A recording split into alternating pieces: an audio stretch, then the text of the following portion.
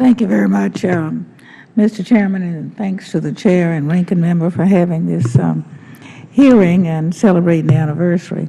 My question really goes to the general progress of where we are. Back in, I think it was 2007, there was a study done, even before then, maybe 2002, that said that we would need about $17 or $18 billion every term for 20 years to catch up on the needs for core programs, projects.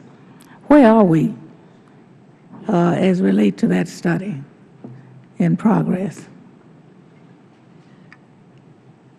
Is your question, Congresswoman, what is our backlog or what is our current expenditure rate? Backlog and projects, where are we in terms of the needs of the infrastructure needs, water needs of the country, and moving along with where it was determined by a major study back then?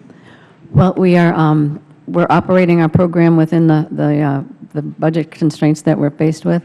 One thing as a result of WRRDA 2014 that I think has been a great addition to what we're doing is the requirement that we look at deauthorizations, and that's underway. And I think that that is going to give us a better handle on not only what we have that's out there, but what is no longer required to be part of our inventory as to water resources projects that are still viable for the country. So I think as a result of that, we're going to be able to get a better understanding and handle on just exactly what how to look forward with those projects that are no longer necessary.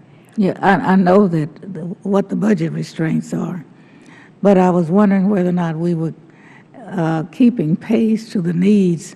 I'm from Dallas, Texas, as you know, and we've just had floods.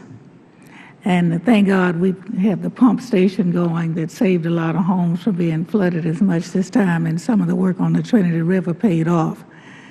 But I know that it could have been better. We could have been further along.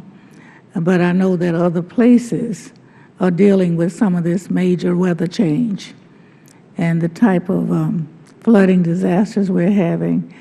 And based on that, was a very major study back then on what was projected the needs to be. Whether you get there will obviously depend on what we're willing to do here, but I wondered how far we've come in attempting to address the major needs and how they will continue to occur, because this study predicted that it would take $17 to $18 billion every term for 20 years in order to just to come even with what the needs were at that time. I don't have a number for you, Congresswoman, but what I would say is that it goes back to our challenge with the requirements and the resources as a country overall. If you look at this year's budget, we have a little over $1 billion, maybe 1.2 in construction. If we were to complete all of the construction of the projects that we are going to work with that money, it's about $23 billion we would need. We're obviously not going to have that. So, you know, simple math, it's about 15 years it's going to take to do that work. So part of what WRRDA does is it gives us this opportunity to look at alternative financing, which we're aggressively doing now, because the Federal Government cannot do this on its own. But there are many, many more requirements out there than there are dollars available, and the Federal Government cannot do this. So we're working aggressively to find public-private partnerships, contributed funds, and other methods that will help us sustain a program that is currently unsustainable. Thank you very much. Thank you, Mr. Chairman.